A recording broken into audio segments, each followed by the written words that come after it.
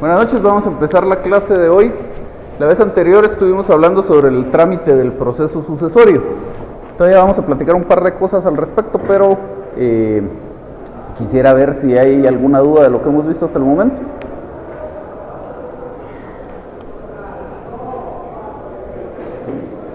Entonces vamos a hacer un intermedio para ver la solución del caso que resolvieron ustedes respecto al proceso sucesorio. Básicamente lo que me interesa que veamos en esta presentación es el orden de las gestiones que debían realizarse. El caso a este respecto era pues intencionalmente complicado, no era una cuestión fácil el determinar cuáles eran las gestiones que tal vez determinar las gestiones que debían realizarse, sí, pero el orden en que debía hacerse no era una cuestión tan fácil. No pretendía que ustedes necesariamente plantearan en su respuesta todo lo que vamos a ver aquí, porque vamos a ver que es un poco más complejo de lo que podría parecer a simple vista, pero sí me interesaba que pues hicieran ustedes un análisis para establecer cómo y por qué se debían hacer las cosas en un determinado orden aquí. Los procesos sucesorios, como cuestión básica, digamos, son un trámite relativamente sencillo, o son en realidad un trámite sencillo. A veces se complican porque el caso envuelve situaciones más complejas. Y digamos, tal vez no un caso igual a este, pero situaciones así de complejas se ven con alguna frecuencia en la práctica. Entonces verán ustedes en su ejercicio profesional muchos casos del proceso sucesorio que sean cuestiones muy sencillas de ir agotando las etapas procesales que estuvimos platicando y se acabó, pero luego siempre de vez en cuando encontrarán alguno que sea más complejo, donde haya que hacer alguna identificación de persona, donde haya que ver algún tema de filiación, donde haya que ver una declaración de unión de hecho o alguna otra cuestión que ya sale de lo ordinario de agotar 2 o 3 trámites como habíamos visto hasta el momento. Entonces las gestiones a realizar pues no había mucho donde perderse, eran 3. Había que promover un juicio ordinario de filiación para que se declarara a nuestro cliente como hijo de su padre, y 2 procesos sucesorios, uno de su padre y uno de su abuelo. Entonces el orden en que esto debía ocurrir y por qué. Como primer punto dice acá que debemos iniciar, y subrayamos iniciar porque no lo vamos a terminar todavía, iniciar el proceso sucesorio del padre.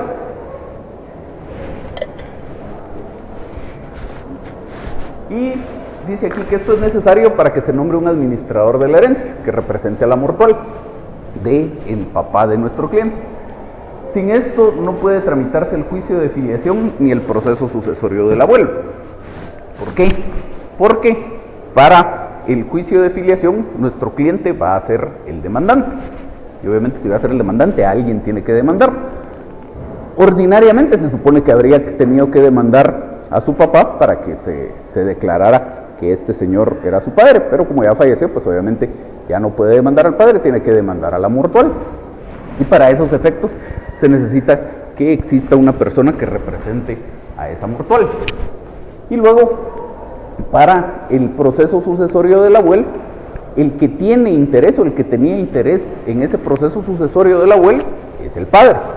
Ahora, como ya falleció, pues es la mortual la que tiene interés en ese proceso sucesorio. Igual si no hay alguien que represente a esa mortual, pues no se puede iniciar ese proceso sucesorio del abuelo. Entonces lo primero que vamos a hacer es iniciar el proceso sucesorio del padre de nuestro cliente para que ahí se le nombre un administrador de la herencia. Hay que pedir expresamente que le confieran las facultades contenidas en el artículo 509. El administrador de la herencia no tiene automáticamente la representación legal en juicio. Es algo eventual, accidental, y hay que pedirlo expresamente. Normalmente el nombramiento del administrador de la herencia interesa en la práctica porque hay algún juicio que tramitar, pero la ley no establece que la representación en juicio vaya aparejada a la administración de la herencia, sino es algo que expresamente tendría que conferir el juez según el caso. No es, por ejemplo, como un gerente de una sociedad anónima que necesariamente tiene la representación en juicio, salvo que se le limite en su nombramiento. Aquí el artículo 509 dice, mientras no se haya reconocido a los herederos, podrá, es opcional, podrá el juez autorizar al administrador para que gestione lo que procede en favor de los intereses hereditarios, ya se trate de intentar las demandas que tengan por objeto recobrar bienes o hacer efectivos derechos pertenecientes a la mortual, o de contestar las demandas que contra esta se promuevan, así como cualquier otra diligencia extrajudicial. Una vez reconocidos a los herederos, esta parte ya no nos interesa, a estos compete exclusivamente la representación de la mortual. Entonces, pues como les digo, hay que pedir expresamente que se le confieran esas facultades, si no de nada nos sirve el nombramiento. Y luego dice, este proceso sucesorio, el del padre, quedaría en suspenso en tanto se tramitan otras gestiones, especialmente el juicio de filiación. Entonces, de momento solo nos interesa iniciarlo para que nombren este administrador de la herencia, le confieran las facultades que dice el artículo 509, y mientras tanto dejamos en pausa, por decirlo de alguna forma, el proceso sucesorio de el padre de nuestro cliente. Que eso no es que se pida al juez que lo suspenda o alguna cuestión por el estilo, sino simplemente no se sigue gestionando y por ahí quedará olvidado en alguna gaveta del archivo del expediente. Dependiendo de cómo sea el criterio del juez, solo les voy a mostrar otra cosa por acá. Podría ser incluso bastante sencillo que se diera esta suspensión del proceso sucesorio.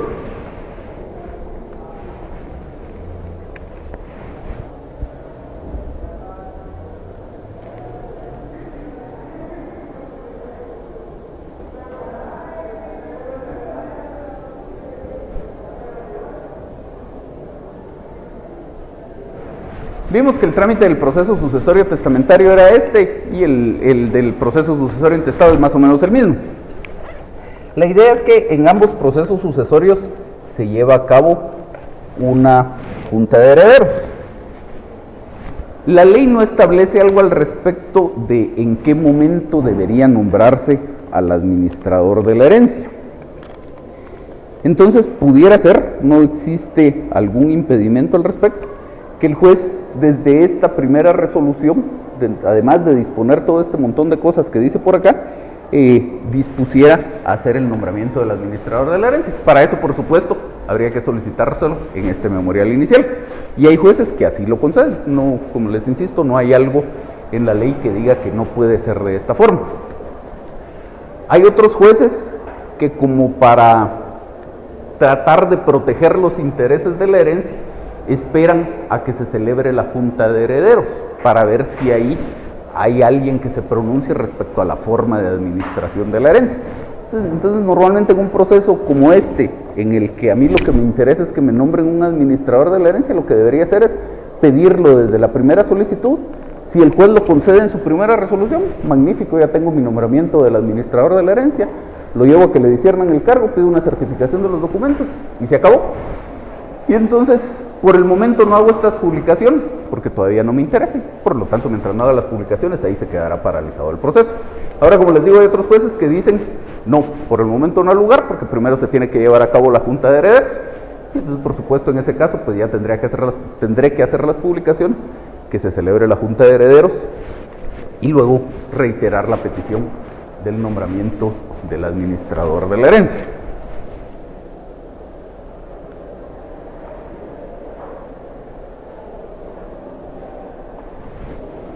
Entonces, si regresemos a esto que teníamos por acá.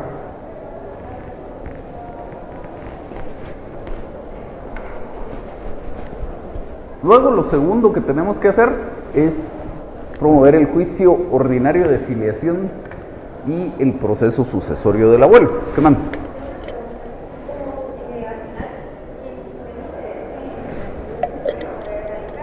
Ajá.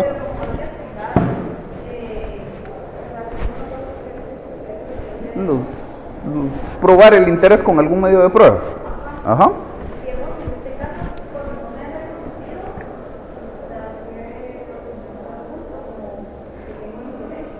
Digamos, ahí estamos hablando del proceso sucesorio del padre. Ahí usted en realidad no justifica su interés como presunto heredero, sino justifica su interés como alguien que va a demandar a la mortual. Entonces no tiene problema con eso.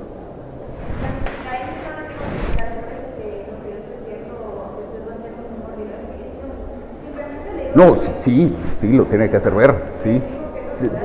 Digamos, si fuera un proceso sucesorio común y corriente, en donde este que lo está promoviendo sí es un hijo reconocido del causante, pues digo que el causante fulano de tal nació en tal fecha, se murió en tal fecha, su certificación, etcétera, sus hijos, dentro de esos estoy yo y entonces tengo interés, etcétera.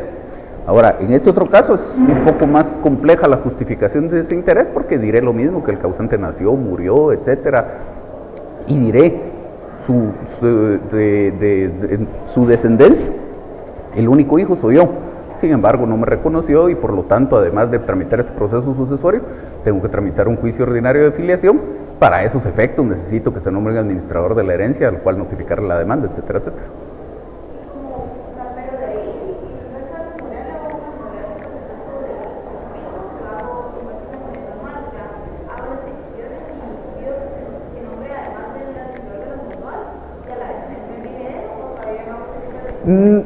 Tiene que hacer su memorial completo.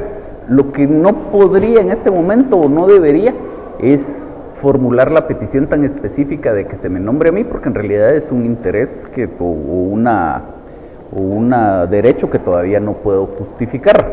Entonces debería ser la petición más general, como siguiendo la redacción de la ley, que más o menos dice nombrando como herederos a los que proceda de conformidad con el Código Civil. Entonces dice aquí lo siguiente: el juicio ordinario de filiación y el proceso sucesorio del abuelo. Entonces dice que entre estos dos no hay un orden que necesariamente deba seguirse. Hay por ahí un tema de conveniencia, pero no hay un orden necesario. No es como lo anterior, que sí necesariamente lo primero que tengo que hacer es promover el proceso sucesorio del padre. Entre estos dos, teóricamente podría iniciar primero el de filiación y luego el proceso sucesorio del abuelo. Podría iniciar primero el proceso sucesorio del abuelo y luego el de filiación, o lo podría hacer las dos cosas al mismo tiempo. Ahora veamos qué me conviene de esas tres opciones. Por razones de orden práctico, interesa más terminar el juicio de filiación. ¿Por qué? Porque hasta que este termine puede obtenerse un resultado favorable en el proceso sucesorio del padre, que es más o menos lo que hablaba hace un momento con Mónica. Mientras no me reconozcan, mientras el juez no declare que yo soy hijo de este señor, en el proceso sucesorio del padre no me pueden declarar como heredero de él, y por lo tanto que el proceso sucesorio se quedará paralizado para eterna memoria. Entonces me interesa que lleguemos a una sentencia en ese juicio ordinario de filiación. Y entonces dice, de las tres opciones que platicamos, primero, no tendría sentido tramitar en primer lugar el proceso sucesorio del abuelo y luego el juicio de filiación, porque sin la declaración en el juicio de filiación no debe continuarse el proceso sucesorio del padre.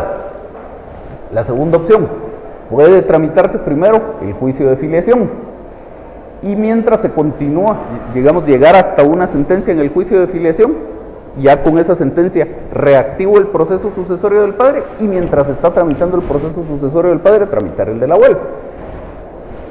Y luego dice, sin embargo, lo más recomendable es tramitar el juicio de filiación paralelamente al proceso sucesorio del abuelo. No tiene sentido perder tiempo no tramitando el proceso sucesorio del abuelo. Lo que me interesa, lo que me urge, digamos, es lo del juicio de filiación, pero mientras eso ocurre, avanzo algo tramitando el proceso sucesorio del abuelo. ¿Qué más?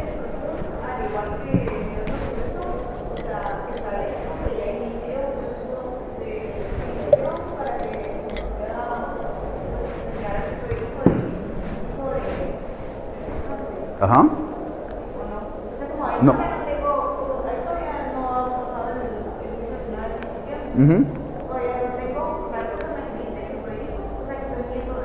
Ajá.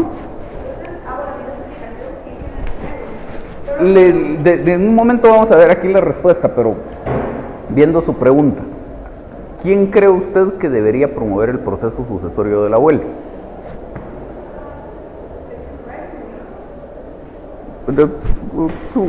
Su respuesta, ¿quién cree usted que lo tendría que promover? ¿Ah?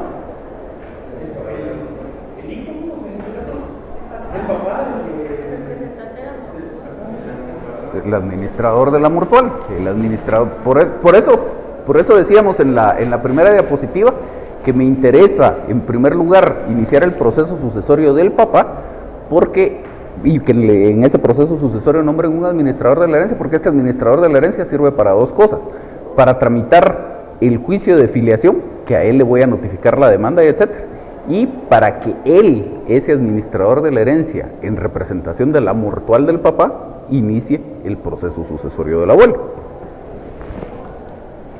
El nieto, mi cliente, digamos, no tiene algún interés que pueda justificar para iniciar el proceso sucesorio del abuelo. Pero eso no tengo que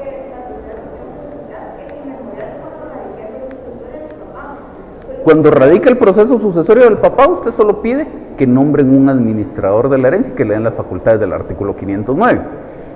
Teniendo esas facultades del artículo 509, es como que este señor tuviera un mandato judicial para actuar en cualquier clase de procesos. Entonces, sobre esa base, este administrador de la herencia, puede iniciar el proceso sucesorio del abuelo y además le puedo notificar la demanda del juicio ordinario de filiación. ¿Y eso lo va a hacer de oficio? ¿O yo le tengo que pedir? No, la idea es que usted, como es alguien que usted propone, la idea es que usted proponga a Miguel y entonces le diga: mira, Miguel, te voy a proponer como administrador de la herencia en este caso, pero necesito que hagas esto, esto y esto. ¿Sí? Por supuesto, ahí hay un tema de responsabilidad personal en el caso de Miguel. Entonces, en este caso, digamos que no hay conflicto, no hay problema. Pero si eventualmente llegara a surgir algún conflicto, su obligación primordial es defender los intereses de la herencia de la cual lo nombraron administrador, aunque eventualmente eso entrara en conflicto con usted, que fue la que lo propuso.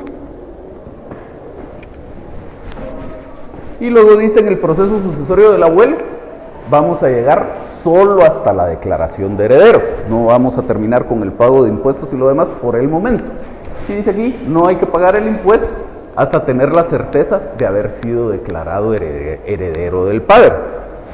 O sea, digamos, teóricamente podría hacerlo, pero no tiene sentido que yo pague los impuestos hereditarios en la traslación de los bienes de mi abuelo hacia mi padre, y luego resulta que a lo mejor sí había un testamento de mi padre y no me designó a mí como heredero, y por lo tanto solo desperdicié mi dinero en el pago de impuestos.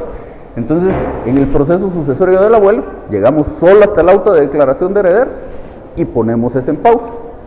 Pasamos a lo siguiente. Continuamos con el proceso sucesorio del padre. Una vez declarado hijo en el juicio de filiación, podemos continuar con la tramitación del proceso sucesorio del padre para ser declarado su heredero como hijo. Y ahora, entonces ya avanzamos otro tramo, otra etapa en el proceso sucesorio del papá, y lo volvemos a dejar en pausa. Dice ahí la segunda viñeta: no hacer el inventario hasta haber pagado los impuestos en el proceso sucesorio del abuelo y tener los bienes a nombre del padre. ¿Por qué? Porque en el proceso sucesorio del padre, o en la masa hereditaria del padre en este momento, no hay bienes. No tiene sentido hacer el inventario y pagarle al notario si no hay bienes. Entonces primero tengo que continuar el otro proceso sucesorio para regresar aquí a hacer el inventario. Y dice que el proceso sucesorio del padre queda nuevamente en suspenso. Entonces ahora regresamos al proceso sucesorio del abuelo, ahí pagamos los impuestos e inscribimos los bienes a nombre del padre. Entonces, ¿quería usted ver algo aquí, no?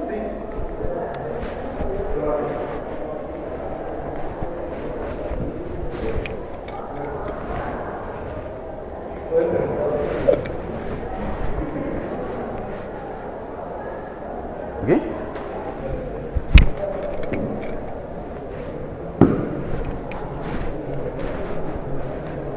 Entonces, recapitulando aquí, llegamos el proceso sucesorio del padre hasta la declaración como heredero de nuestro cliente. No hacemos el inventario todavía.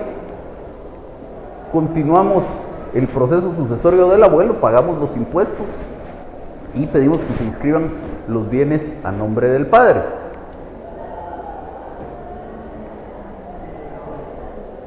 Entonces, aquí hizo falta una diapositiva, pero entonces ya con los bienes inscritos a nombre del padre, puedo regresar al proceso sucesorio del padre, terminar de pagar los impuestos y ya que inscriban los bienes a nombre de mi cliente.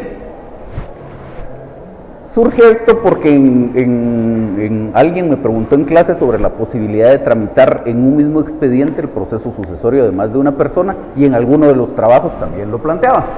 Entonces decimos por aquí que en este caso en particular no se puede tramitar ambos procesos sucesorios en un solo expediente. Primero dice, en general es aceptado tramitar en un mismo expediente la sucesión de más de una persona. En líneas generales, si ustedes lo tramitan de esa forma, el juez le da trámite y no van a tener problemas. Aunque a nuestro juicio, a mi juicio en realidad, lo técnico es que cada expediente se refiera solo a la sucesión de una persona. Un proceso sucesorio debería referirse a la sucesión solo de una persona, aunque tramitemos varios expedientes paralelamente, pero a mi juicio lo técnico sería que sean independientes. Como le digo, si los tramitan en uno solo, la regla general es que el juez le dé trámite y no tengan problemas, ¿sí?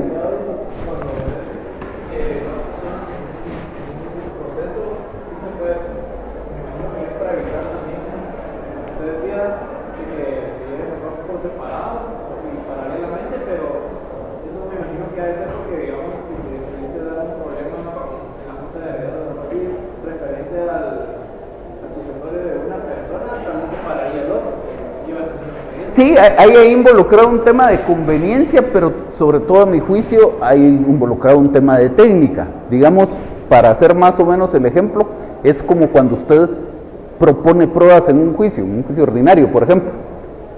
Usted podría hacer un solo memorial de proposición de pruebas, donde en el mismo memorial proponga la declaración de las partes, los documentos, los testigos y todo lo que usted quiera, y el juez no le va a rechazar ese memorial, le va a resolver y le va a señalar todas sus audiencias y no va a tener un problema. Pero lo técnico es que haga un memorial por cada medio de prueba porque son temas distintos. Entonces lo mismo aquí. Como le insisto, usted podría en un solo memorial promover el proceso sucesorio de varias personas, el juez le va a dar trámite, se va a tramitar y vamos a llegar a un auto y no va a tener problema con eso. Pero lo técnico, aun cuando no hubiera contienda y no fuéramos a tener algún tropiezo en el camino, lo técnico sería hacerlo por separado. Pero más allá del aspecto técnico, en este caso en particular hay otro tema. Y dice, en este caso en particular no sería posible tramitar ambos procesos sucesorios en un solo expediente, porque al inicio el cliente nuestro no puede acreditar un interés en la sucesión del abuelo. Y de hecho, como hablábamos al inicio con Mónica, el interés que puede acreditar en la sucesión del padre no es por ser un presunto heredero, sino que es porque tiene que demandar a esa mortual. Entonces no puede acreditar un interés en la sucesión de su abuelo. Será hasta que exista un administrador de la herencia del padre que él pueda iniciar el proceso, este administrador de la herencia puede iniciar el proceso sucesorio del abuelo. El padre, o mejor dicho su mortual, es quien debe ser declarado heredero del abuelo y por lo tanto sí puede acreditar un interés para promover su proceso sucesorio. Entonces, si no tengo un administrador de la herencia del padre, no puedo iniciar el proceso sucesorio del abuelo y por lo tanto, en este caso en particular, no puedo hacerlo conjuntamente. Si fuera un caso en el que mi cliente sí fue reconocido por su padre, entonces, bueno, olvidándonos de lo que decíamos en la primera viñeta, que no es lo más recomendable, pues sí podríamos iniciar en un solo expediente el proceso sucesorio de ambos. ¿Listo?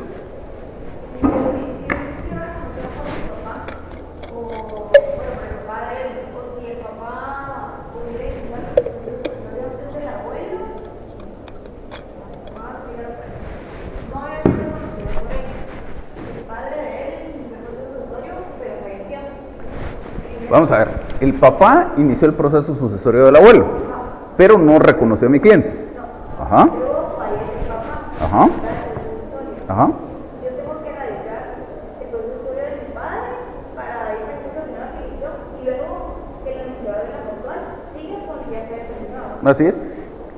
Que lo puede hacer paralelamente a que se tramite el juicio de filiación. Sí.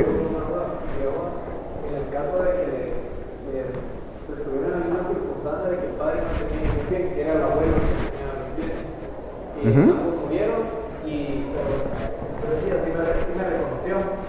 Entonces, mi interés para plantear el de mi abuelo, sería de que se llegue en un momento dado a trasladar a mi padre que pasa mi padre mío. No, es que el proceso sucesorio del abuelo, en ese caso, siempre lo tiene que iniciar el administrador de la mortual del padre. Él es el que tiene interés. O sea, no hay un mecanismo en el que la herencia de mi abuelo o del abuelo de mi cliente pase directamente a mi cliente. Tiene que pasar a su padre y de su padre a mi cliente. Entre otras cosas, eso necesariamente implica que hay que pagar 2 veces el impuesto hereditario.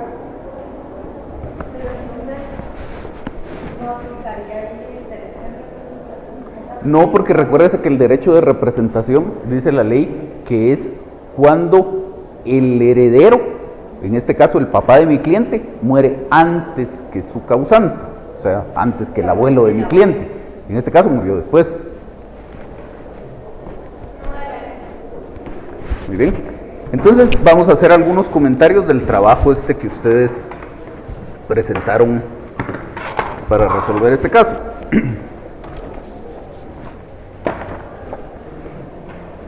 Primero vamos a ver el trabajo del grupo de Luis Pedro Rayo. Tal vez es donde menos ajustes tendríamos que hacer en el memorial, y entonces nos vamos a basar en para ver algunas cosas que sí tendríamos que corregir. ¿A ustedes les dan copia solo del memorial o les dan copia de las respuestas a las preguntas también? Solo el memorial. Bueno, entonces vamos a hacer una aclaración aquí de una de las respuestas.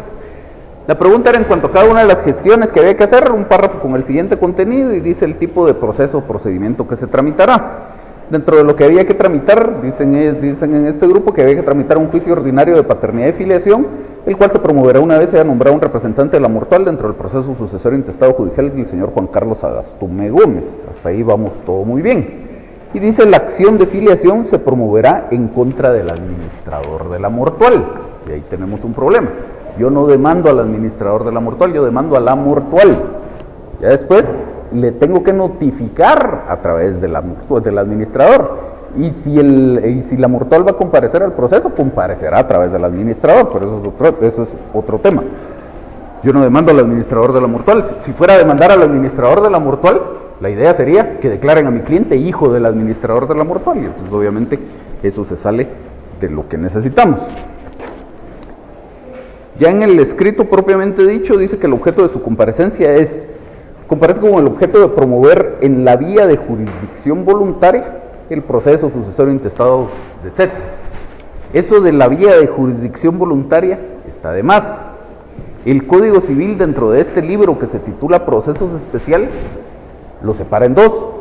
Por una parte el proceso sucesorio y por otra parte la jurisdicción voluntaria, o al revés, trata primero la jurisdicción voluntaria y luego el proceso sucesorio, pero son los dos grandes tipos de procesos especiales que contempla el código. Entonces el proceso sucesorio no se cataloga como un proceso de jurisdicción voluntaria. Tienen en común que ninguno de los dos hay contienda en principio, o se supone, pero no son lo mismo. Una cosa es el proceso sucesorio y otra los de jurisdicción voluntaria. Entonces hay que quitarle a esto la parte que dice en la vía de jurisdicción voluntaria. Sería, comparece como el objeto de promover el proceso sucesorio intestado judicial de fulano.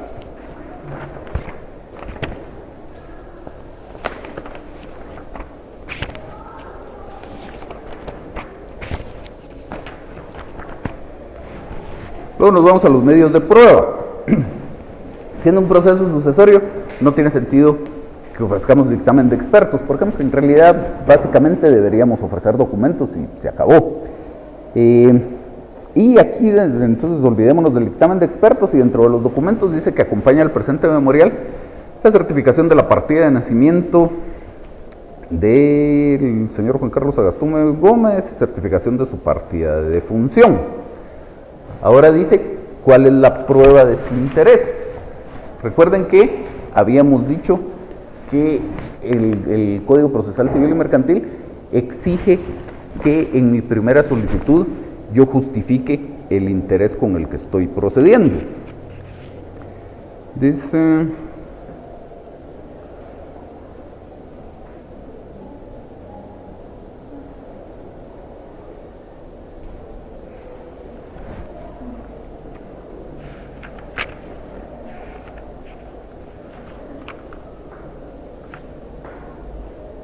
El artículo 478. Al promover un intestado, el denunciante justificará el interés con que proceda por cualquier medio de prueba. Entonces, como para satisfacer el requisito, más o menos habría que aportar, si no todo, por lo menos algo de lo que me serviría de prueba en el juicio de filiación que voy a promover posteriormente. 478. A ver, antes de que continuemos, una pregunta relativa a la competencia. Este causante de este proceso sucesorio es un pariente de mi cliente, ¿cierto? Y mi cliente está promoviendo su proceso sucesorio en virtud de esa relación de parentesco. ¿Por qué no presentaron su solicitud inicial ante un juez de familia?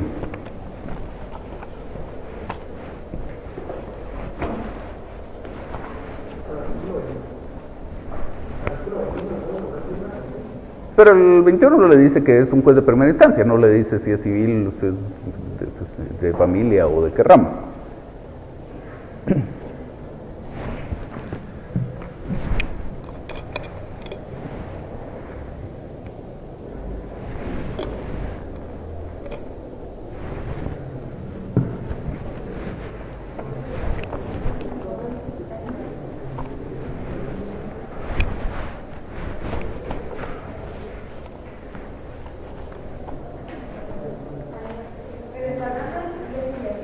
No, estamos hablando de este proceso sucesorio.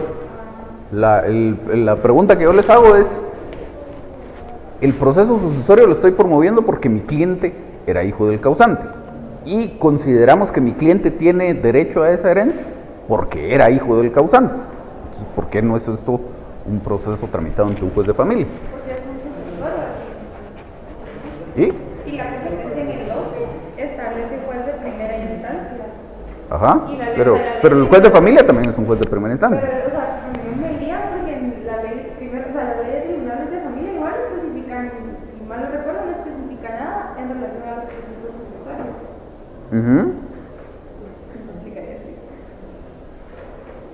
Después de lo que les dije, ¿hay alguien que crea que debería ser un juez de familia el que conociera esto? O sea, el artículo 1 dice jurisdicción privativa puede conocer en todos los asuntos relativos a la familia. Y Ajá. ya es, o sea, para mí es diferente a familia. Sí, no, está bien, era solo para ver cómo estábamos de sólidos en el planteamiento. Efectivamente, el competente en este caso es un juez de primera instancia civil. Aunque exista una relación de parentesco entre, digamos, no las partes, porque en este caso no hay partes, pero entre el causante del proceso sucesorio y el presunto heredero, y que la tramitación del proceso sucesorio sea en virtud de esa relación de parentesco, la sucesión no es un tema de familia, aunque en muchos casos los herederos van a ser familiares, la sucesión no es un tema de familia. Entonces, que es más o menos lo mismo que pasaría si yo le presto dinero a mi papá y luego lo quiero demandar para cobrarle. Pues aunque seamos parientes, el competente no es un juez de familia, es un juez civil. Entonces, dice la petición de trámite.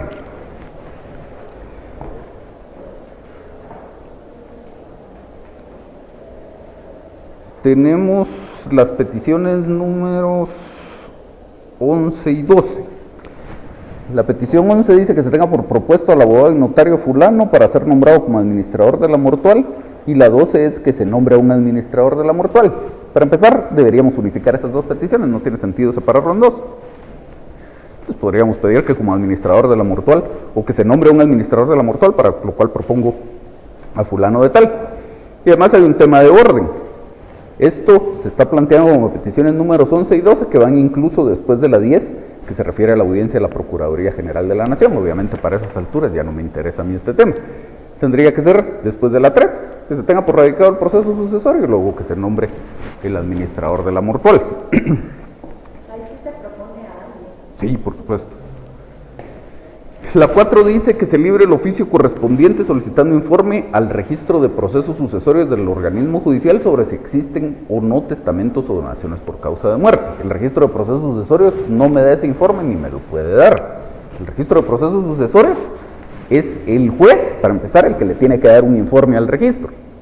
Y ese registro de procesos sucesorios le contesta al juez si hay o no otro proceso sucesorio, pero ahí no se lleva un registro de testamento. Entonces hay que pedirse a los registros de la propiedad, que de hecho está en la 6, que se solicite el informe correspondiente al Registro General de la Propiedad de Guatemala y de Quetzaltenango, que técnicamente sería el segundo registro de la propiedad, sobre si existen o no testamentos o donaciones por causa de muerte otorgados por el causante. Entonces tendríamos que eliminar esa petición que está como número 4. La 14, que en su oportunidad se haga la declaración de heredero universal del causante quien corresponda. Aquí estamos dentro de las peticiones de trámite, hay que eliminarlo de aquí, porque ya lo tenemos más adelante en las peticiones de fondo. Y la 15 también hay que eliminarla, que oportunamente se proceda a la liquidación de los impuestos. Eso ya es un trámite administrativo que vamos a hacer después, y que no lo hace el juez. Sí. Entonces tenemos la de fondo, que agotados los trámites se dicte la resolución que en derecho corresponde declarando, y dice que fulano de tal es único y legítimo heredero. Como en cualquier caso en el que yo haga un planteamiento, lo primero que tengo que pedir es que me lo declaren con lugar. Entonces hace falta antes de eso una petición, se declare con lugar el proceso sucesorio intestado judicial del fulano de tal.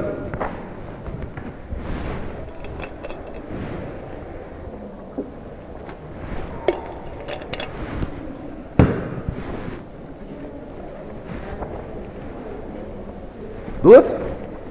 En algún momento podrías declarar aquí tus funciones sin lugar, independientemente de que no tengas que ver como heredero. Sí, por supuesto. Porque es lo básico, es el que le declaren con lugar a ustedes su planteamiento, es la puerta de entrada para que acojan ya sus peticiones específicas. Es como que le declaren con lugar la demanda. Si no hay una solicitud de que me declaren con lugar la demanda y no hay una parte en la, no hay una numeral en la parte dispositiva de la resolución donde diga se declara con lugar la demanda, no puede decir el juez se condena a fulano a tal cosa. Entonces es eso el punto de entrada, aunque teóricamente se suponga que me lo tienen que declarar con lugar, hay que pedir.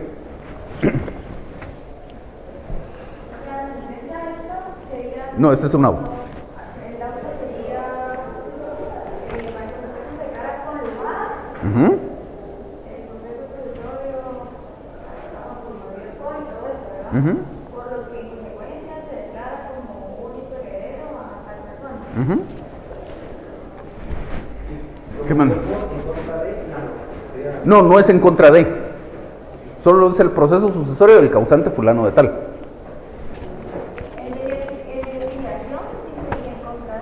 Sí, por supuesto. Ay, que así es. Ajá. Pregunta, aquí queda que se declare con lugar el proceso sucesorio en estado judicial. Del causante fulano. Ajá, y en consecuencia se declare a él como único y legítimo heredero.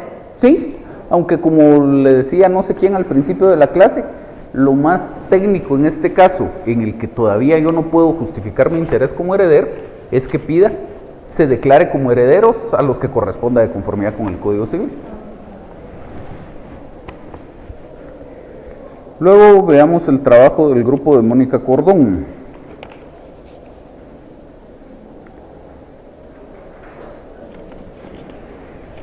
Dice: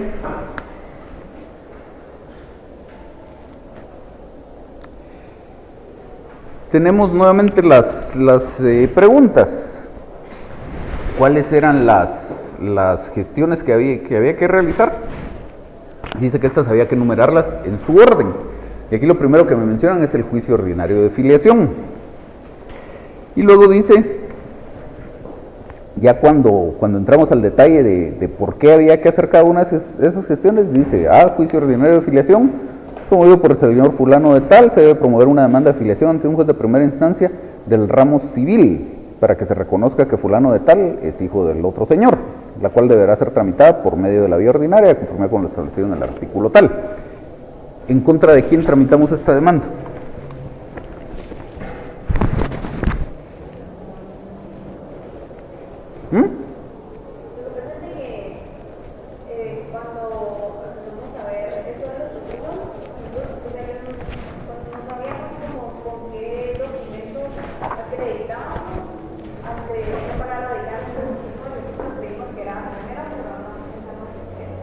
Ajá. Pero sí estamos claros todos que tendríamos que iniciar el proceso sucesorio para que se nombre un administrador de la herencia, porque de lo contrario no tengo en contra de quién tramitar esta demanda de filiación. Ahora aquí hay un tema importantísimo de competencia. Esta demanda de filiación sí se tramita ante un juez de familia, no se puede tramitar ante un juez civil. La filiación sí es un tema de familia. Entonces el competente para conocer de esa demanda sí es un juez de familia, no un juez civil.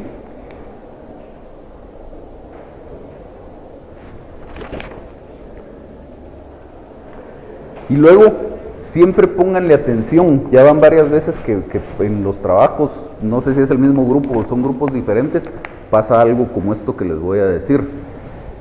Dice aquí, pasamos al apartado de por qué es procedente la gestión y su aporte para el fin deseado. Ya habíamos dicho, o ya había dicho el grupo, que hay que tramitar un juicio ordinario de filiación, y efectivamente lo que hay que tramitar es un juicio ordinario de filiación. Pero luego aquí me dicen juicio oral de filiación. Y obviamente eso no es juicio oral, pónganle atención a ese tipo de cosas.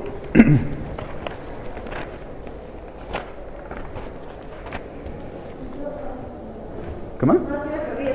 Es ordinario. Así es. Ya en el memorial propiamente dicho, dice el objeto de su comparecencia, comparece como el objeto de erradicar el proceso sucesorio intestado judicial del causante fulano de tal. Hasta ahí está perfecto, pero luego nuevamente dice mediante vía de jurisdicción voluntaria, eso hay que quitarlo.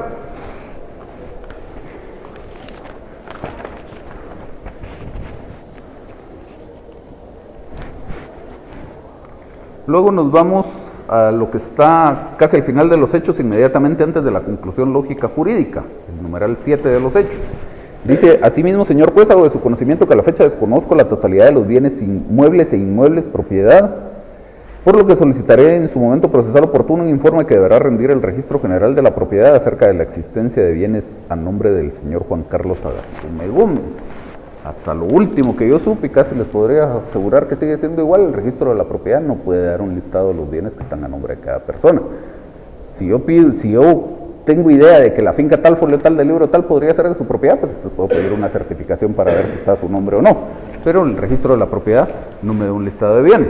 Teóricamente, la que debería llevar ese listado o ese registro es la Dirección de Catastro y Avalúo de Bienes Inmuebles, pero sobre todo por incumplimiento de los notarios en cuanto a la presentación de sus avisos notariales, ese registro está totalmente desactualizado, pero por lo menos como para tener un punto de partida, por ahí iniciaríamos las investigaciones.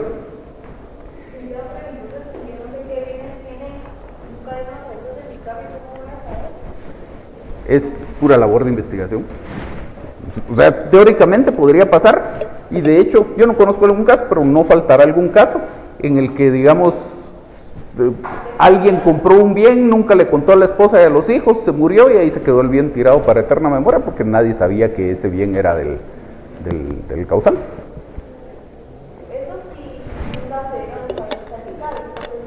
Si dieron los avisos al DICABI, pues usted pide el informe del DICABI o va al DICABI a preguntar y ya va a tener la información.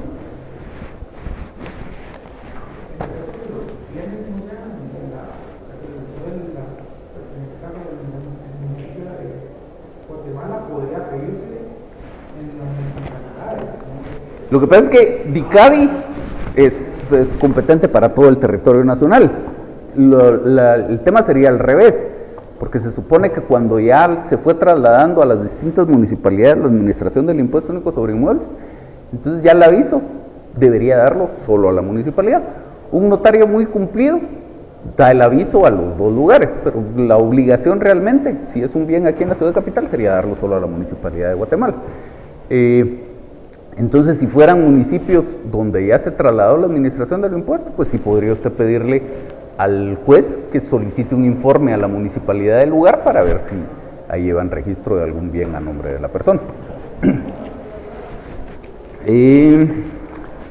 Luego, todos o casi todos ustedes, que ya lo hemos platicado en varias ocasiones, cuando hablamos de las certificaciones de nacimiento o de defunción, etcétera, siguen haciendo referencia a que son extendidas por el registro civil del Registro Nacional de las Personas.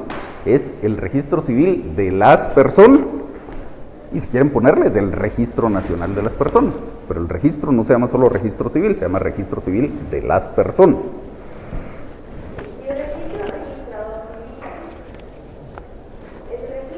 Ajá. Es registro la institución que está a cargo de un registrador.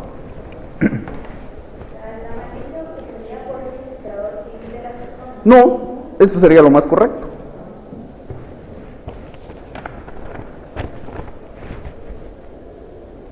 Luego nos vamos a las peticiones. Eliminemos la 2, que se tome nota que actúe en nombre propio y por acredito, deberá ser por acreditado mi interés para gestionar, eso no hay que pedir. Luego dice 5, que se admita para su trámite la radicación del proceso sucesorio. Eso está mal redactado. Es que se admita para su trámite el proceso sucesorio, o si ustedes quieren, que se tenga por radicado el proceso sucesorio.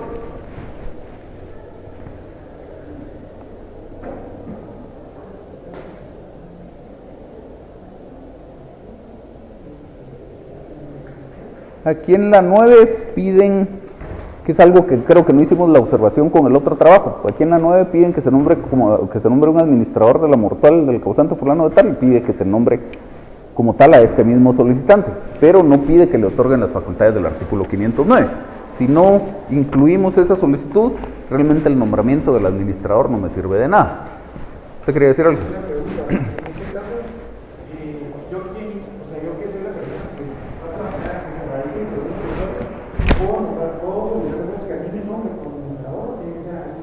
No necesariamente tiene que ser alguien más.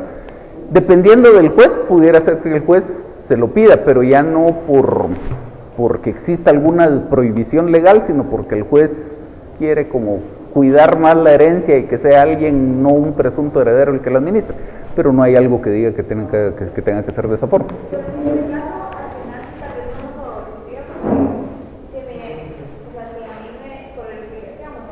Sí, tiene razón, por una cuestión de... Voy a ser yo el demandante y me notifico a mí mismo, hay un conflicto de interés ahí. Y nuevamente a este también habría que agregarle la petición aquella de que se declare con lugar el proceso sucesorio.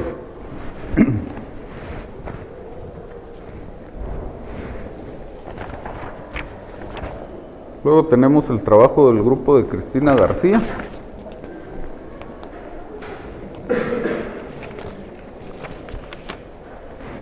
Aquí en cuanto a la competencia para conocer del proceso sucesorio, dice que el juez competente para conocer de esta gestión es el juez de primera instancia del último domicilio del causante, de conformidad con el artículo 21 del Código Procesal Civil y Mercantil, que efectivamente eso es lo que dice la norma.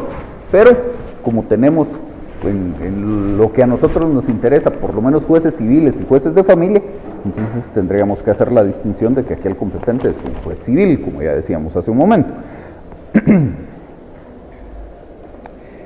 Luego dice por aquí que dentro de los temas que habría que tramitar, dicen que habría que tramitar una inscripción de la declaración judicial de filiación en el Registro Nacional de las Personas. Y dice, se debe tramitar un procedimiento administrativo ante el Registro Nacional de las Personas para la anotación de la partida de nacimiento de nuestro cliente de la declaración judicial de filiación, el cual puede ser de oficio o a solicitud de parte según el artículo 429 del Código Civil. Ese artículo está derogado, quedó derogado con la ley del Registro Nacional de las Personas. Y en todo caso, eso no sería como una gestión adicional, sino es parte del cumplimiento de la sentencia de filiación. En su sentencia de filiación, el juez, a mi solicitud, ordena que se me extienda una certificación de esa sentencia y con base en ella ya se haría el trámite ante el Registro Civil de las Personas.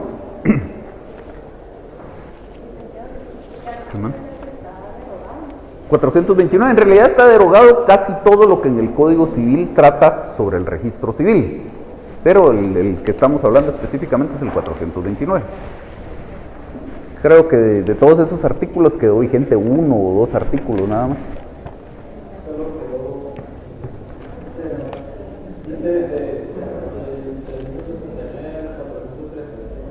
Ahí lo tiene su compañero, entonces todos esos están derogados, gracias.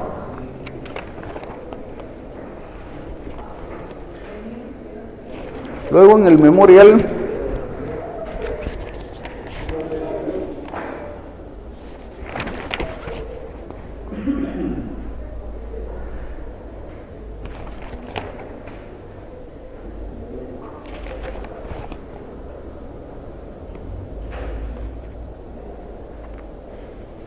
Sí, lo que pasa es que aquí este grupo, el trabajo en realidad está pues bastante bien, pero tiene un problema de origen, que aquí lo que planteaba el grupo era primero pedir un nombramiento de administrador de la mortual como algo independiente, digamos, y después iniciar el proceso sucesorio. El administrador de la mortual no me lo pueden nombrar por separado, me lo tienen que nombrar dentro del proceso sucesorio. Entonces tendría que ser un solo proceso sucesorio en donde yo, dentro de otras cosas, pido que se nombre al administrador de la mortual y pues ya el contenido, todo este que tenemos por aquí. En el ofrecimiento de las pruebas, en algún par, en la H y en la J hablan certificado del acta de defunción, es de la partida de defunción. En la petición dice la G de trámite, que se libre oficio al registro general de la propiedad solicitando que se informe sobre la existencia de testamentos, etc. Es a los dos registros, el registro general de la propiedad y el segundo registro de la propiedad. Luego, en la H, dice que se libre oficio al Archivo General de Protocolo de la Corte Suprema de Justicia solicitando se informe sobre la existencia de testamentos o donaciones por causa de muerte otorgados por fulano de tal. El Archivo General de Protocolos tampoco me puede dar esa información. Si yo tuviera idea de que ante el notario Juan Pérez este causante otorgó su testamento, pues entonces sí le puedo pedir que infórmese ante ese notario, pero en líneas generales a quien se le pide esa información es al registro de la propiedad. Y nuevamente aquí también habría que agregar el tema de que se declare con lugar el proceso sucesorio.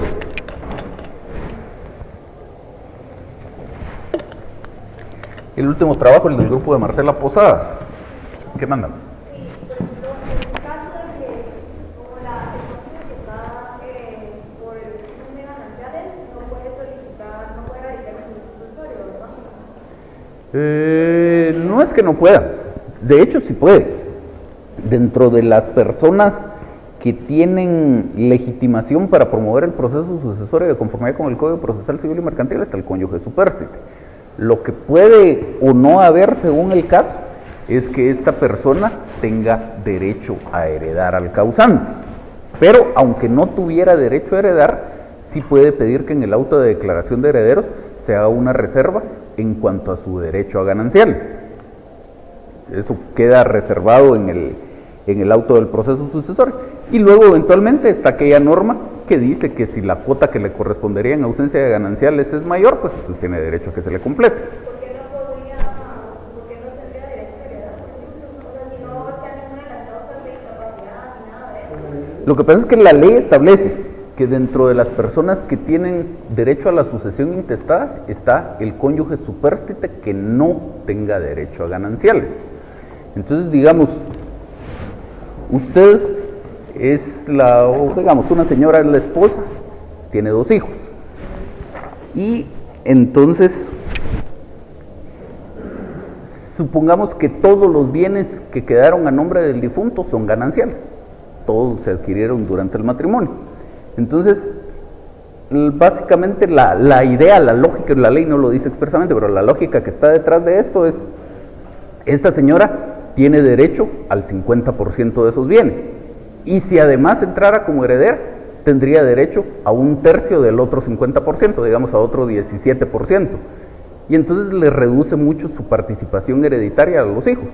Los hijos quedarían con un 17% más o menos cada uno y la señora con un 67%. Entonces suena medio injusto, por llamarlo de alguna forma. Y esa es la lógica que está detrás de esto. Entonces la ley dice, va a funcionar de esa forma. Pero si la cuota de participación como gananciales es menor a la que le correspondería si no tuviera derecho a la herencia, entonces tiene derecho a que se le complete. ¿Y eso qué quiere decir? Supongamos que no todos los bienes constituyen gananciales. Hay mucho de los bienes que fue adquirido antes del matrimonio o que los adquirió por donación. El tema es que no son gananciales. Entonces supongamos que el patrimonio hereditario es de 1.000.000 de quetzales y de estos 50.000 constituyen gananciales. Y entonces esta señora tiene derecho a 25,000 quetzales de esos 50,000 que constituyen los gananciales.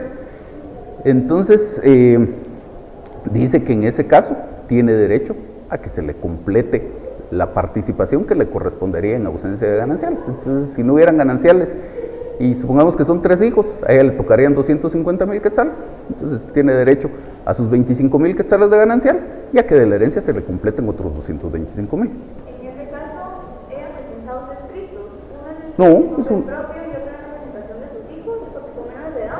Ah, pero eso de que son menores de edad ya se lo inventó usted. Pues no, Pero digamos, si fueran menores de edad, puede ser en un solo escrito. Es como si, por ejemplo, esta señora fuera a demandar la fijación de una pensión alimenticia. Plantea una sola demanda en juicio oral, en donde pide que se le fijen alimentos para ella en lo personal y para sus hijos que son menores de edad. Bueno, entonces en este último trabajo dice: inicialmente se requiere juicio de declaración de paternidad o filiación según lo regulado en el artículo 210 del Código Civil, que si el padre no reconoce, etcétera. Nunca dicen en contra de quién. Tendría que ser, como dijimos, en contra de la mortual. Luego tiene un parrafito que no entendí: la fase notarial o extrajudicial que establece el artículo 453 del Código Procesal Civil y Mercantil puede, en caso de ser decisión de los herederos, una fase o gestión previa y voluntaria para el fin deseado, que es la obtención final de los bienes del abuelo. Aquí estábamos hablando del juicio de filiación, entonces no sé qué relación tenía este artículo con el caso, y la redacción no se entiende. Siempre pongamos atención a lo que estamos escribiendo. Luego dice que la segunda gestión que habría que hacer es un juicio sucesorio intestado. No sería juicio sucesorio, sino proceso sucesorio. Y dice, bajo una demanda para radicar proceso sucesorio intestado. Nuevamente un tema de redacción, no se entiende aquí qué fue lo que quisieron escribir, pero digamos que lo segundo era un proceso sucesorio intestado. No dice de quién.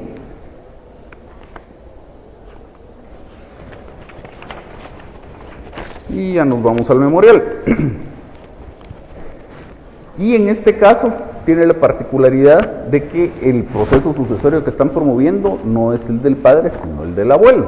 Y el del abuelo también en algún momento hay que promoverlo, pero la instrucción era que necesitábamos el memorial por el que se hiciera la gestión directamente necesaria para ser considerado heredero como de fulano de tal, que es el padre, no el abuelo.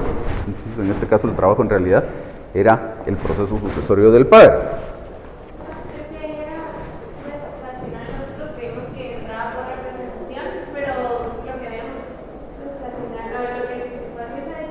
Ajá. Pero si se hubiese muerto primero el papá y después el abuelo, se hubiese podido de una vez. Sí, lo único es que la instrucción específica del caso era qué tengo que hacer yo para que me declaren heredero de Juan Pérez, y ese Juan Pérez era el padre, no el abuelo. Entonces, pero sí, si hubiera fallecido antes el papá que el abuelo, sí se hubiera podido promover el proceso sucesorio como ejercitando ese derecho de representación, pero ese proceso sucesorio se hubiera podido promover hasta que lo declararan hijo del padre, porque entonces ya podía acreditar ese derecho de representación. Entonces dice,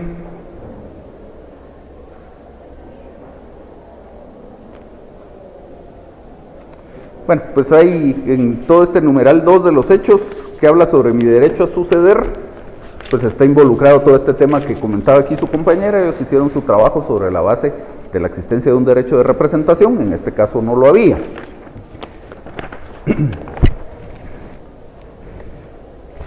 El fundamento de derecho tiene demasiados artículos para hacer un proceso sucesorio. 2 o 3 artículos serían suficientes en este caso. Siempre el tema del registro civil de las personas. En los medios de prueba dice documentos. Por ejemplo, copia legalizada de la certificación de nacimiento de Juan Carlos Agastume Martínez, extendida por el Registro Nacional de las Personas. El que extiende las certificaciones es el Registro Civil de las Personas.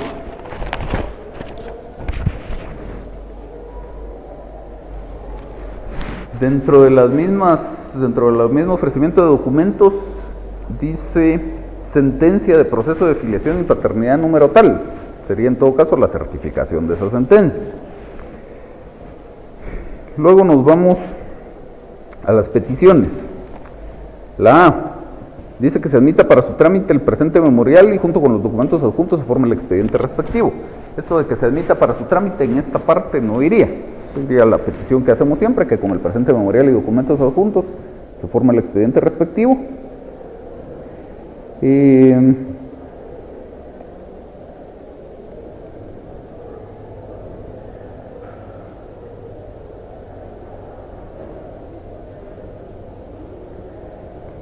Luego, la que está como B, hay que eliminarla. De todos modos, les hago algún comentario respecto a esta que está como B. Dice, se reconozca que actúo en mi calidad de representante de mi difunto padre fulano de tal. Eso lo está planteando porque, como ya explicó su compañera, ellos estaban trabajando sobre la idea de un derecho de representación. Entonces dice que se reconozca que actúo en mi calidad de representante de mi difunto padre fulano de tal, como heredero universal del causante Juan Carlos Sagastume Martínez, que es el abuelo. Entonces, en este momento, aún si existiera ese derecho de representación, todavía no soy yo, o no era mi padre el heredero universal, hasta que sea declarado en el auto final. Entonces esta petición la eliminamos totalmente, ¿está bien? En la D, dice que se tenga por radicado proceso sucesorio intestado judicial de mi difunto abuelo fulano de tal, por mi parte. También quitamos eso de como heredero universal. Dentro de las peticiones hace falta pedir que se dé el informe al registro de procesos sucesorios.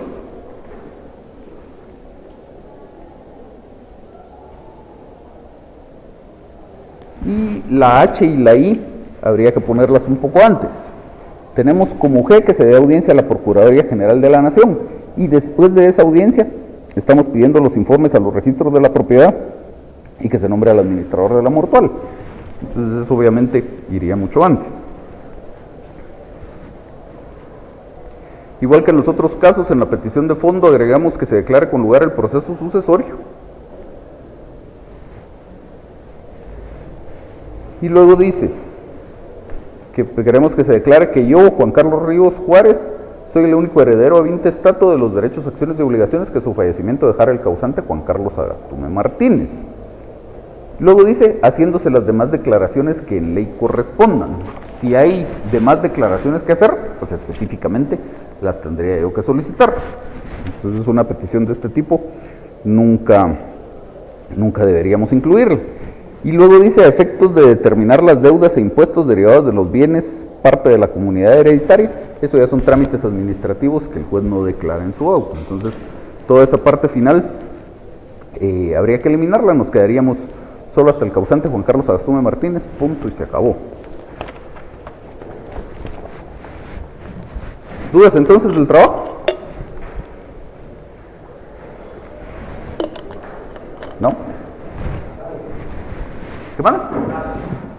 En realidad el memorial era un memorial sencillo. Lo que estaba difícil era el estudio inicial para responder a las preguntas estas de qué era lo que había que hacer.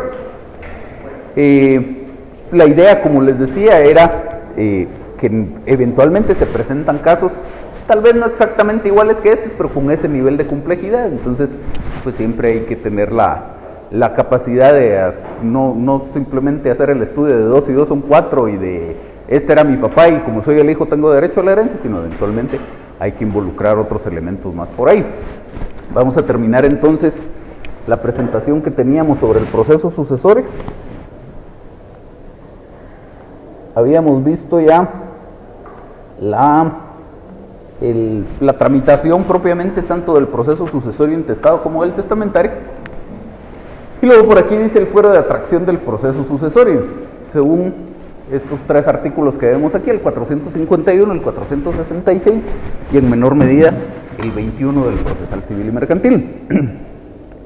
El 451 dice, fuera de atracción del proceso sucesorio, el juez competente lo es para todas las cuestiones que puedan surgir con ocasión de la muerte del causante, así como para entender en todas las reclamaciones que se pudieran promover respecto del patrimonio relicto.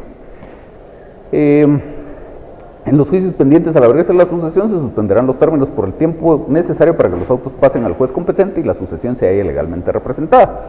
sin perjuicio de los trámites del proceso sucesorio, los juicios pendientes y los que se promueven por o contra la mortual se tramitarán en legajo separado. Eso lo complementamos con el 466, que dice: lo dispuesto en el artículo anterior se observará también en cuanto a las demandas que se deduzcan con respecto a los bienes y las que se entablen en nombre de la testamentaría. Unas y otras se seguirán en el juicio correspondiente a su naturaleza, y lo que en virtud de las segundas aumentar el caudal, se agregará el inventario con expresión de origen y demás circunstancias de los bienes nuevamente adquiridos. Y el 21, que habla de la competencia para conocer del proceso sucesorio, y en la parte final dice: ante el mismo juez deben ejercitarse todos los derechos que de cualquier manera hayan de deducirse contra los bienes de la mortual mientras no esté firme la partición hereditaria. Entonces, básicamente, de lo que trata el fuero de atracción del proceso sucesorio, y por lo tanto estos 3 artículos, es de que si hubiera alguna demanda que hacer en contra del difunto, o que el difunto hubiera tenido derecho a demandar a alguien, por lo tanto ya no lo puede hacer porque ya falleció, y entonces tendría que ser su mortual, todos esos procesos van acumulados a este proceso sucesorio. Por supuesto, como dice la ley, van en legajo separado. Entonces, si digamos, este difunto tenía un bien inmueble que lo había arrendado y ese arrendatario no paga las rentas y por lo tanto hay que iniciar una demanda de desocupación, pues habrá acumulado el proceso sucesorio una demanda de desocupación en juicio sumario, va en legajo separado y por su propio trámite, en este caso por el juicio sumario. Si digamos, además, había un contrato, un negocio jurídico del que hay que pedir la nulidad, pues entonces se tramitará el juicio ordinario de nulidad de ese negocio jurídico en legajo separado por los trámites del juicio ordinario. Si además alguien tenía una demanda de rendición de cuentas en contra de este difunto y por lo tanto va a presentar su juicio oral de rendición de cuentas, pues va la demanda por los trámites del juicio oral en legajo separado. Lo que sí hay que tener presente es que eso aplica obviamente solo para temas que debiera conocer un juez civil. El otro tema, el que vimos con ustedes del juicio de filiación, pues ese sí va ante un juez de familia. ¿Qué manda?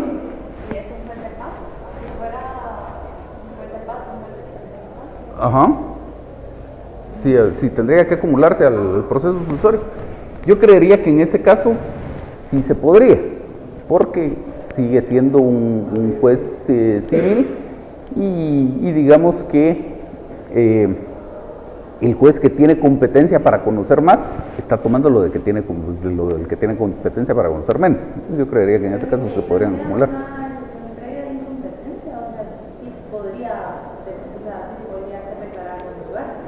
La ley en ese caso no establece una solución clara que yo le pueda decir si se tiene que acumular o si tiene que ir ante el juez de paz. Podría intentarse de cualquiera de las dos formas y sobre todo con la excepción de incompetencia, pues la única conclusión será que se lo pasen al otro juez y se acabó. Administración, que ya más o menos hablamos algo de esto. Estamos hablando aquí de la administración de la herencia. Hay algún par de posibilidades en cuanto a cómo administrar esta herencia y más específicamente en cuanto a quién debería administrarla. Dice aquí el albacea, solo cuando lo instituye el testador, y entre paréntesis dice aquí, no en el intestado, en el proceso sucesorio intestado no puede haber un albacea. Veamos estos 3 artículos que tenemos por aquí. 1041 del Código Civil.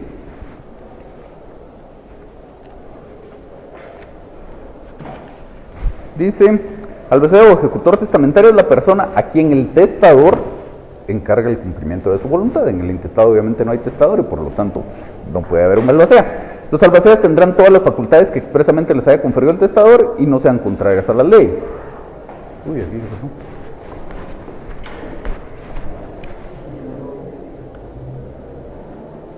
En 1042 puede haber también albacea judicial por nombramiento de juez. Y el 1043 se nombrará albacea judicial solo en los casos de renuncia, remoción o falta del que estaba nombrado en el testamento, cuando así lo pidieran los herederos instituidos. Entonces, si tengo el albacea que fue designado en el testamento, pues obviamente es ese. Y luego la única posibilidad de que exista albacea judicial es cuando hay renuncia, remoción, etcétera, de ese que fue designado en el testamento. Por lo tanto, si no hay testamento, no puede haber albacea. Pero digamos, yo en un testamento de todo mi patrimonio. Y aparte de esa cláusula donde esto aquí me dejo ese bien, decidimos albacea. Yo en 2009 que hice eso, en 2012 vendí el bien, entonces por lo tanto ya no era parte de mi patrimonio. Y ya no hice nada más, me morí en 2013. Entonces, por lo tanto, solo quedaría la vigente, digamos así, la cláusula donde yo dejé a la albacea. Entonces, se podría decir que son aquel testamento para dejar a la albacea. Eso depende de cómo se haya redactado esa cláusula. Porque, digamos, usted otorgó su testamento disponiendo solo sobre un bien, a sabiendas de que tenía otros bienes. Entonces, su designación de la albacea pudo haber sido en el sentido de que usted designaba albacea para que administrara ese bien. Y la ley dice que cuando el propietario de un bien, luego de haber dispuesto de ese bien en testamento, lo vende, lo cede, lo dona o dispone de cualquier forma de ese bien, se entiende por revocada la disposición testamentaria en lo que se refiere a ese bien. Entonces, si su designación de la albacea fue para administrar ese bien, entonces se tendrá por revocado el testamento en cuanto a la institución de ese legatario y se tendrá por revocado el testamento en cuanto a la designación de la albacea. Básicamente el testamento quedó sin efecto. Ahora, si usted dijo, instituyo como legatario de este bien a fulano de tal, y además designo como albacea a menganito, pero menganito no va a administrar solo este bien, sino va a administrar todos los bienes que formen la masa hereditaria. Entonces el testamento subsistiría en cuanto a esa designación del albacea. Entonces la primera posibilidad es que tengamos un albacea que como les insisto, solo puede haber albacea si el testador designó uno en su testamento. Ahora, si es un proceso sucesorio testamentario en que el albacea no haya designado, en que el testador no haya designado un albacea, o es un proceso sucesorio intestado, tendremos un administrador de la herencia. Y dice, a petición de los herederos o del cónyuge supérstite, si no hay albacea, puede ser en el proceso sucesorio intestado o en el testamentario, según el artículo 503 del Código Procesal Civil y Mercantil. ¿Qué dice?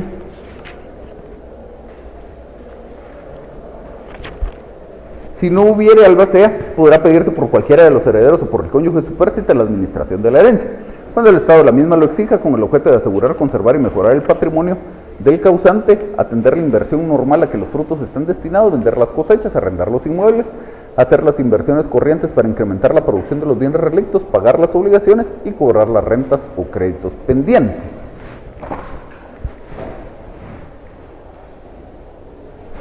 Luego tenemos el tema de la representación en juicio. Si va existiendo alguna duda en el camino, me van diciendo, por favor. Entonces, la representación en juicio. Una posibilidad es si hay albacea, ese albacea sí, por el hecho de su designación como tal, tiene la representación en juicio. Dice el artículo 1054 del Código Civil.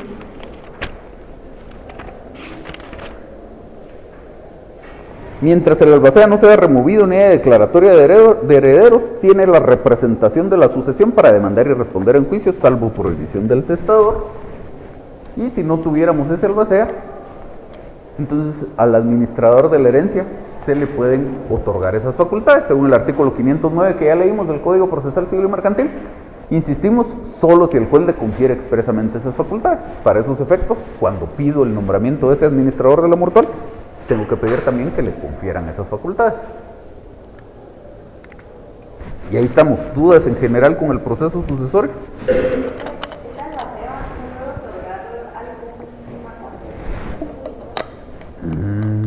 Yo creería que tendríamos que revisar si existe alguna disposición que se lo permita expresamente. Si hubiera una disposición que se lo permita expresamente, podría. Si no existe, yo creo que no. ¿Sí? Procesalmente hablando, si uno de los bienes aportados de la masa que comprende la masa hereditaria fuera objeto de la Fiscalía de Extinción de Dominio, ¿cómo intervienen ellos? ¿Cómo intervienen ellos? Para hacer el reclamo del bien. Pues yo, sobre todo, yo no tengo experiencia con este tema de la extinción de dominio, pero más o menos hasta donde entiendo, aún siendo una persona viva, digamos, el propietario de los bienes, ni siquiera existe como mucha necesidad de notificar ni nada por el estilo, de tal manera que si es alguien a quien no se localiza o algo por el estilo, creo que solo se hace alguna publicación de prensa y con eso ya se entiende por notificado y vámonos. Entonces, pues no vería yo que para efectos de la ley esta de extinción de dominio implique mucho obstáculo el que la persona haya fallecido. Si se quisiera defender, porque la ley sí permite esa posibilidad de que, digamos, usted comparezca a la audiencia de extinción de dominio a tratar de demostrar el origen lícito de los bienes, pues ese administrador de la herencia tendría que comparecer.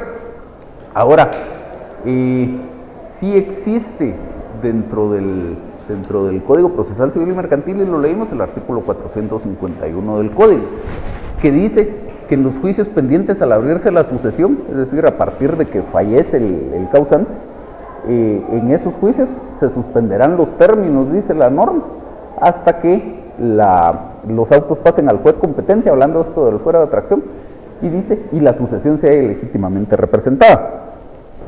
Entonces yo sí vería por ahí algún fundamento en que si el proceso de extinción de dominio se tramitó sin que estuviera nombrado un administrador de la mortual, luego se pudiera pedir que queden sin efecto esas actuaciones porque no existía alguien que representara la herencia. ¿Usted quería decir algo?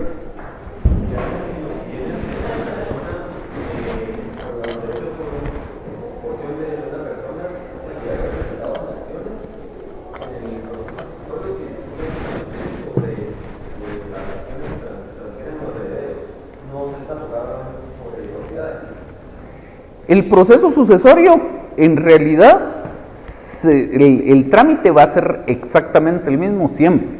Ya luego, ¿cuál va a ser el contenido o cuáles van a ser los bienes que van a conformar la masa hereditaria? Se determina al hacer el inventario. Entonces, si resulta que el causante tenía 10 bienes inmuebles, pues en el inventario aparecerán 10 bienes inmuebles. Si lo que tenía son 300,000 acciones de la cervecería centroamericana, pues eso será lo que se contará en el inventario. ¿Alguna otra duda más del proceso sucesorio?